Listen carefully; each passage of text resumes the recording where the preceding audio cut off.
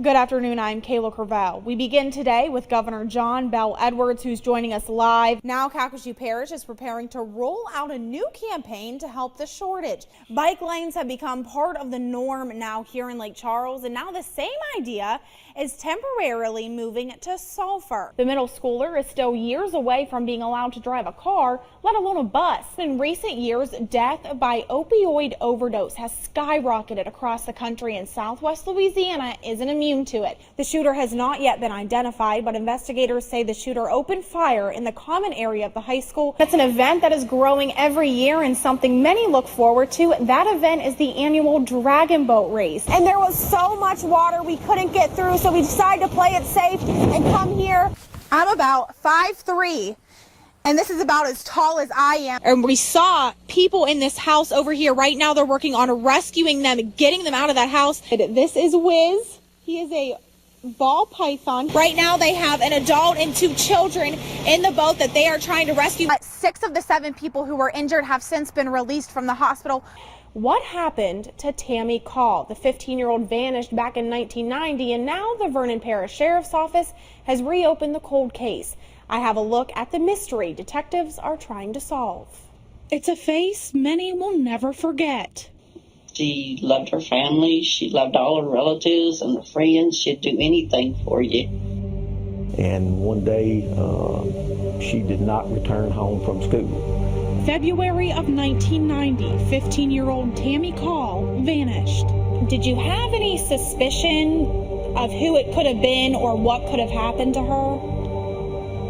Not really, other than the fact that we knew that she had planned with a friend to leave school, and they got caught going to the parking lot.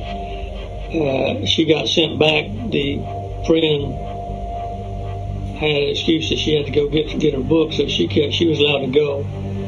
And her friend's boyfriend was waiting in the parking lot, and she took off. And evidently, our daughter went back through the school and out the back. I guess they was going to circle around and pick her up, but evidently that didn't happen. The Calls did everything they could to find their daughter. Newspaper articles. They had her featured on the Runaway Train. Song was out for a TV show. She was on Missing and Exploited Children. She was on the Walmart's page and on Walmart's wall. Yeah, we did everything that we could conceivably do. 7 years later, the Calls received devastating news. It's basically incapacitates you. Tammy Call's remains were found in the woods at Fort Polk. Her case quickly went cold. The Sheriff's Department worked up the case, done interviews. There's just never a definite suspect developed. Call's case is one of 3 being reopened in Vernon Parish. Somebody still cares, somebody's still trying to find out. It's encouraging. And there's really nothing for us to do except to not try to get in the way.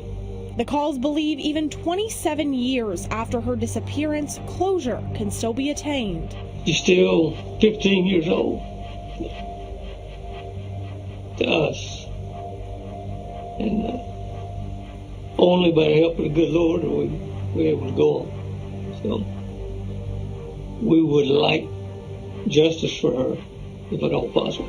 If you have any information that could lead investigators to who killed Tammy Call, you're urged to call Vernon Parish Sheriff's Office. At your service, Kayla Courvell, KPLC 7 News.